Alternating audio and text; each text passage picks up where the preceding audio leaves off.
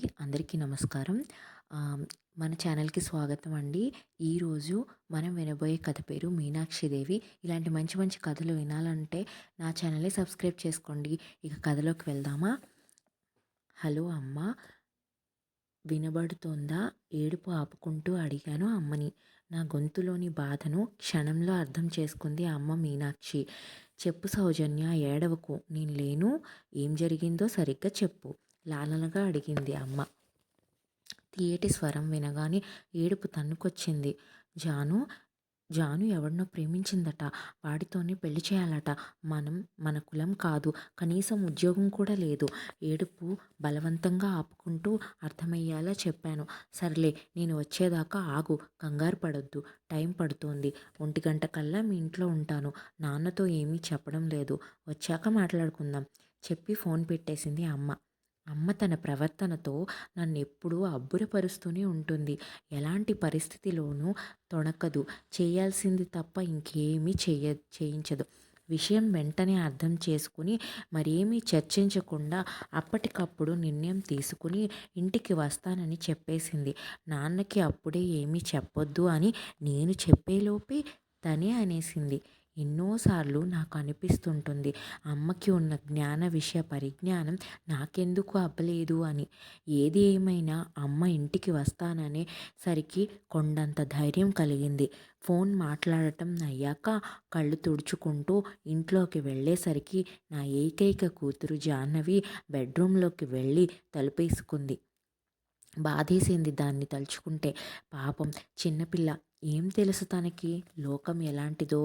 సరిగ్గా 1 గంట కల్లా అమ్మ కారు ఇంటి ముందు ఆగింది. అమ్మ నాన్న నివసించే ఊరు సిటీకి 100 కిలోమీటర్ల దూరంలో ఉంది. కొంత వ్యవసాయ భూమి ఉందక్కడ. అది చూసుకుంటూ ఇద్దరూ అక్కడే ఉండిపోయారు. నేనొక్కదాన్నే వారి సంతానం. జాహ్నవి పుట్టిన 4 ఏళ్లకే మా ఆయన పోయారు. నా దగ్గరికి ఎప్పుడైనా రావడానికి ఉంటుందని ఓ సెకండ్ హ్యాండ్ కారు కొన్నారు. నాన్న అవసరమైనప్పుడు ఊళ్ళోనే ఉండే ఓ డ్రైవర్ని వాడుకుంటారు. ఇంట్లోకి రాగానే ఎప్పట్లానే ముందుగా కాళ్ళు చేతులు కడుక్కొని వచ్చింది అమ్మ.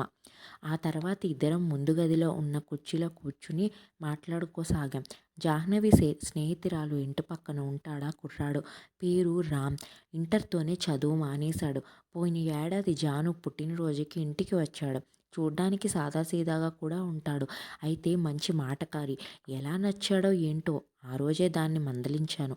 అలాంటి వారితో స్నేహం ఎందుకని. అప్పుడే వాణ్ణి చేసుకుంటానని మొండికేస్తోంది. రాత్రంతా పెద్ద గొడవ. దానికింకా 25 కూడా నిండలేదు.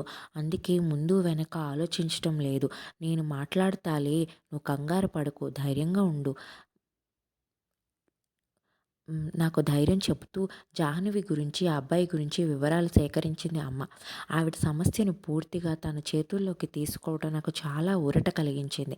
జాహ్నవి రాత్రి నాకు విషయం చెప్పిన దగ్గర నుంచి ఆలోచనలో పడ్డాను. ఆలోచనలో తల వేడెక్కి నిద్ర కూడా పట్టలేదు. ఇద్దరం భోజనానికి లేవబోతుండగా జాహ్నవి ముందు గదిలోకి వచ్చింది. ఏడవటం వల్ల దాని మొహం పోయినట్టుగా అయిపోయింది. అమ్మ దాన్ని దగ్గరకు తీసుకుని ఆప్యాయంగా పలకరింపసాగింది. జాను, మీ అమ్మకి నీ గురించి కంగారేమీ వద్దని చెప్పాను. నీ మీద నాకు నమ్మకం ఉంది. నీకు ఏది సరి అనిపిస్తే అదే చేద్దాం. అయితే నీకంటే మేము వయసులో పెద్ద గనుక మాకున్న అనుభవాన్ని నువ్వు పూర్తి గౌరవిస్తే చాలు. నీ ప్రేమ వ్యవహారం గురించి వివరంగా మాట్లాడుకుందాం, సరేనా? నేరుగా అసలు విషయంలోకి వస్తూ అడిగింది అమ్మ. సరే అమ్మమ్మ, చెప్పింది జాహ్నవి. దాని మొహంలో వెలుగు. అమ్మమ్మంటే దానికి ఇష్టంతో కూడిన గౌరవం ఉంది. ముందు భోజనం చేసి తర్వాత తీరిగ్గా మాట్లాడుకుందాం. ఆకలి దంచుతోంది, చెప్పింది అమ్మ వాతావరణాన్ని తేలిక చేస్తూ. భోజనాలు అయ్యాక నన్ను బయటే ఉండమని సైగ చేసి జానుని తీసుకుని తన గదిలోకి వెళ్ళి తలుపు దగ్గరగా వేసింది అమ్మ. ఏం మాట్లాడుతుందో విందామని నేను గది బయట ఓ చిన్న స్టూల్ మీద కూర్చొని వినసాగాను. చూడు జాను, నిన్నిష్టపడ్డ అబ్బాయిది మన కులం కాదు అని అమ్మ చెప్పింది. దాన్ని పూర్తిగా పక్కన పెట్టు. అసలు అబ్బాయికున్న యోగ్యత ఏంటో వివరంగా చెప్పు అని జాహ్నవిని ఆ అబ్బాయి గురించి అడిగి తెలుసుకుంది. ఉత్సాహంగా చెప్పింది అది. నేనసలు దానికా అవకాశమే ఇవ్వలేదు. కుదరదని ఒక్క ముక్కలో తేల్చేశాను. ఆ అబ్బాయికి తనంటే విపరీతమైన ప్రేమ అని, ఏదో కంపెనీలో మార్కెటింగ్ పని చేస్తాడని, తనని ప్రాణప్రదంగా చూసుకుంటాడని ఏదేదో చెప్పింది జాహ్నవి. జాలేసింది నాకు అది చెప్పింది విన్నాక. చూడు తల్లీ, నువ్వు అందంగా ఉంటావు, బాగా చదువుకున్నావు, రేపో మాపో మంచి ఉద్యోగంలో చేరి బాగా సంపాదిస్తావు. కాస్తో కూస్తో ఆస్తి ఉంది. ఈ అర్హతలన్నీ ఉన్న నిన్ను ఇష్టపడని అబ్బాయి ఎవరుంటారు? ఎవరికి అవకాశం ఇచ్చినా నిన్ను ప్రేమించే తీరుతారు. ఒకసారి ప్రేమించాక నిన్ను ప్రాణప్రదంగా చూసుకోవటం లాంటివి ఎవరికైనా చేసే ఎవరైనా చేసే పనే. అందులో పెద్ద విషయం ఏమీ లేదు. అందుకని ఈ ప్రేమ అనే కామన్ విషయాన్ని పక్కన పెట్టి నీకు ఆ అబ్బాయి సరైన జోడీనా కాదా అని ఆలోచిద్దాం. అమ్మ శ్రద్ధగా జాహ్నవిని దగ్గర కూర్చోబెట్టుకుని చెప్పసాగింది. నాకం నా కంటి నిండా నీళ్ళు. ఆ అబ్బాయి తన గురించి నీకు చెప్పినవన్నీ తను చెబితేనే కదా నీకు తెలిసింది. అంటే తన గురించి అతడు చెప్పినవి నీకు పెళ్ళయ్యే వరకు తెలిసే అవకాశమే లేదు. అతడేదో అబద్ధాలు చెప్పాడని, నిజం దాచాడని నేను అనటం లేదు. అయితే పెళ్ళయ్యే వరకు ప్రేమలో ఉన్న అబ్బాయి, అమ్మాయి ఇద్దరూ ఒకరి దగ్గర ఒకరు తమలో ఉన్న మంచిని మాత్రమే చూపించుకుంటూ ఉంటారు.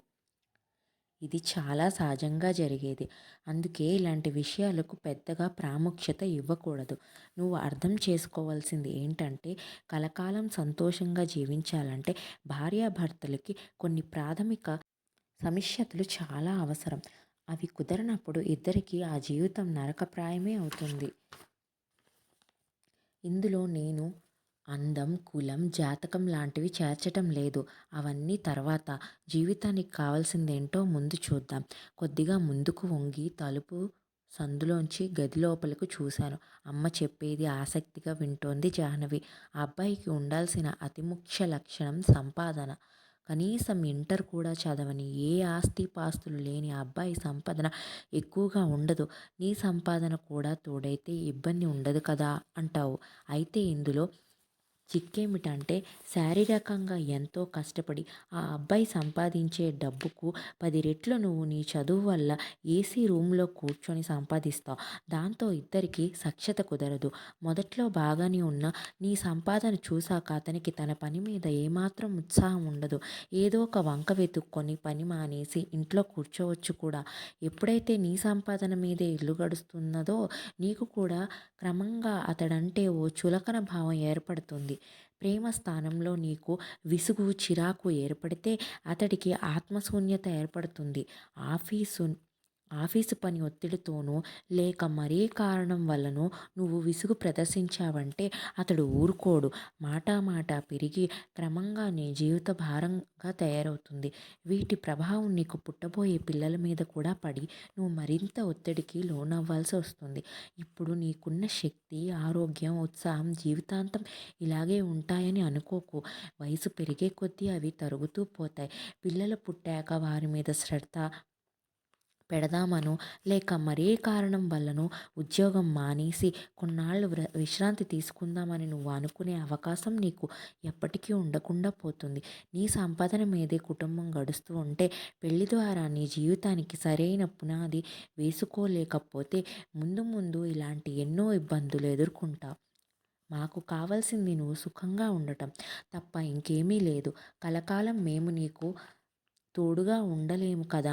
నీ జీవితాన్ని నువ్వే చక్కగా చూసుకోవాలి.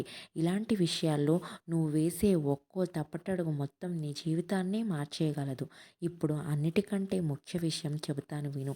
ప్రేమ అనేది నిస్సందేహంగా చాలా గొప్ప విషయం. ఇందులో రకాలు, భేదాలు ఉండవు. ప్రేమని ప్రదర్శించే విషయంలో తేడా ఉండొచ్చు కానీ ప్రేమ మాటకు ఒకటే. నిన్ను చిన్నప్పటి నుంచి ఎంతో ప్రేమగా చూసుకున్న మీ అమ్మ ప్రేమను ఓ పక్క ఓ పక్క వమ్ము చేస్తూ నిన్ను చేసుకోవడానికి కావలసిన ప్రాథమిక అర్హతలు కూడా లేని ఆ అబ్బాయి ప్రేమకు నమ్మి వెళ్ళా వెళ్ళాలని వెళతానని అనడం ఏ విధంగా సబబు? నువ్వు సుఖంగా జీవించాలని మీ అమ్మకు ఉండదు. ఇందుకు కారణం నీ మీద ప్రేమ తప్ప ఇంకేదైనా ఉందా? అమ్మ ప్రేమతో పోలిస్తే ఆ అబ్బాయి చూపించే ప్రేమ సమానమైతే అవ్వచ్చు, కానీ అంతకన్నా గొప్పదైతే కాదు కదా. గది లోపలికి వెళ్ళి అమ్మ మాటలకు జాహ్నవి మొహం ఎలా పెట్టిందో చూడాలన్న కోరికను బలవంతంగా అణుచుకున్నాను. నా కళ్ళ అదే పనిగా వర్షించసాగాయి. అమ్మ ఎక్కడ కులం, అందం ప్రసక్తి తీసుకురాకుండా, అబ్బాయిని కించపరిచేలా మాట్లాడకుండా, చాలా సున్నితంగా, తేలిగ్గా అర్థమయ్యే ఉదాహరణలతో జాహ్నవికి ఆ సంబంధం ఎందుకు సరియైనది కాదో నచ్చచెప్పసాగింది. మధ్య మధ్యలో అది అడిగే ప్రశ్నలకు తర్కపూరితమైన జవాబులిస్తూ చాలాసేపు గడిపింది. చివర్లో తను చెప్పిన దాని గురించి ఆలోచించమని చెప్పి ముగించింది. ఇద్దరూ గది బయటికి వచ్చాక కాఫీ కలిపి తెచ్చాను. అందరం మౌనంగా కూర్చొని తాగసాగాం. కాసేపు ఎవరి ఆలోచనలో వారు ఉండిపోయాం. జాహ్నవిలో కొద్దిగా మార్పు వచ్చినట్లుగా కనిపించింది. మామూలుగా మాట్లాడసాగింది. అమ్మ అమ్మ కూడా ఇక ఆ విషయం గురించి మరి మాట్లాడొద్దు అన్నట్లుగా నాకు చేత్తో సైగ చేసి చెప్పింది. అమ్మ మా ఇంట్లో 10 రోజులైనా ఉండిపోయింది. దాదాపు ప్రతిరోజు జాహ్నవికి ఎన్నో రకాలుగా ఓపిగ్గా మనసుకు హత్తుకుపోయే మాటలతో నచ్చచెప్పింది. దానిలో క్రమంగా మార్పు రాసాగింది. ఆ అబ్బాయి తన మాటకారితనంతో దాన్ని ప్రభావితం చేయడం వల్లనో ఏమో కానీ మొదటి 2-3 రోజులు మళ్ళీ అతన్నే చేసుకుంటానని మొండికేసింది. అయితే మా అమ్మ ఇదంతా ముందుగానే ఊహించినట్టుంది. జాను పెళ్ళికి ఇంట్లో వాళ్ళు ఒప్పుకోవటం లేదని నువ్వు చెబితే ఆ అబ్బాయి వెంటనే సరి అయితే అంటాడని నేనెప్పుడూ అనుకోలేదు. నువ్వు అనుకోకు. నిన్ను చేసుకోవటంలో ఆ అబ్బాయి జీవితం సెటిల్ అయిపోతుంది. అందుకే నిన్ను అంత తేలిగ్గా వదులుకోడు. ఇందులో అతడి తప్పేమీ లేదు. అతడి స్థానంలో ఉండే ఎవరైనా చేసే పని అదే. నిన్ను ఒప్పించడానికి ఎంతో ప్రయత్నిస్తాడు. ఒక్కోసారి పెళ్ళైతే అంతా సర్దుకుంటుంది అని చెబుతాడు. నువ్వు లేకపోతే చచ్చిపోతానని కూడా చెబుతాడు. అయితే నువ్వు మాటకు స్థిరంగా ఉండు. మాకంటే నీ మంచి కోరేవాడు ఈ ప్రపంచంలో ఎవరూ లేరు. ఇదొక్కటి మాత్రం బాగా జ్ఞాపకం పెట్టుకో అని ఇంకా ఆ అబ్బాయి ఎన్నో రకాలుగా దాని మనసు మార్చే అవకాశం ఉందో ముందుగానే చెప్పి దాన్ని బాగా తయారు చేసింది అమ్మ. అతడు చెప్పబోయే కారణాలు ఎందుకు సహేతుకం కాదో బాగా అర్థమయ్యేలా వివరించడం వల్ల అతడి మాటకారితనం జాహ్నవి మీద పెద్దగా ప్రభావం చూపలేదు. మొత్తానికి జాహ్నవి తన ప్రేమ వివాహాన్ని పక్కన పెట్టేసి ఉద్యోగ ప్రయత్నాలతో బిజీ అయిపోయింది. అంత సుఖవంతమైంది అనుకున్నాను. తృప్తిగా అయితే మా అమ్మ నాకంటే ఒక అడుగు ముందే ఉందన్న విషయం మళ్ళీ నిరూపించుకుంది. తిరిగి వెళ్ళబోయే ముందు నన్ను పక్కకు పిలిచి, అమ్మ సౌజన్య, నాన్న స్నేహితుడు కొడుకు ఇదే ఊళ్ళో పెద్ద పోలీస్ ఆఫీసర్గా చేస్తున్నాడు. నాకు అతను బాగా తెలుసు. అతనికి ఫోన్ చేసి జాహ్నవి ప్రేమ విషయం క్లుప్తంగా చెప్పి ఆ కుర్రాడిని పిలిపించి మన పిల్లతో జాగ్రత్తగా ఉండమని గట్టిగా చెప్పించాను. ఆ కుర్రాడు ఇంకొకసారి జాను జోలికి రాలేడు అని చెప్పింది. అప్పుడు పడ్డాను అమ్మ కాళ్ళ మీద. బోరున ఏడుస్తూ ఉండిపోయాను. కాళ్లను చుట్టేసుకుని. అమ్మ వెళ్ళిపోయాక ఒంటరిగా కూర్చొని ఆవిడ జాహ్నవికి చెప్పిన మాటలు గుర్తుకు తెచ్చుకుంటూ ఉండిపోయాను. మనసులో ఎవరో పట్టుకుని మెలిపెట్టినట్టుగా బాధేసింది. అన్ని రోజుల పాటు ఎన్నో విషయాలు చెప్పేదాన్ని. మనసు మార్చిన అమ్మ నా గురించి మాట వరుసకు కూడా ఎక్కడా ఎత్తలేదు. 25 ఏళ్ల క్రితం నేను కూడా సరిగ్గా నా కూతురిలాగే ఓ అయోగ్యుడితో ప్రేమ అనబడే ఉచ్చులో పడి మా అమ్మ చెప్పిన మాటలు ఏమాత్రం పట్టించుకోకుండా ఎవరికీ తెలియకుండా గుళ్ళో పెళ్లి చేసుకుని కన్నవాళ్ల మనసు విరిచేసి ఎంతో క్షోభకు గురి చేశాను. ఆ తర్వాత ప్రేమించిన పెళ్లాడిన వాడితో సుఖం లేక నానా తంటాలు పడుతుంటే నన్ను అక్కున చేర్చుకుని కొండంత అండలా నిలిచింది ఆ అమ్మ. ఇన్ని సంవత్సరాలలో కనీసం ఒక్కసారి కూడా నా మాట వినుంటే నీకీ గతి పట్టేది కాదు అని ఆవిడ నన్ను నిందించలేదు. నాన్నని ఆ పని చేయకుండా చూసింది. అంతేకాదు, జరిగేదేది జాహ్నవికి చెప్పి దాని మనసు కలుషితం చేయొద్దని దాని చిన్నప్పుడే నా చేత ప్రమాణం చేయించుకుంది. మా అమ్మ మీనాక్షిదేవి.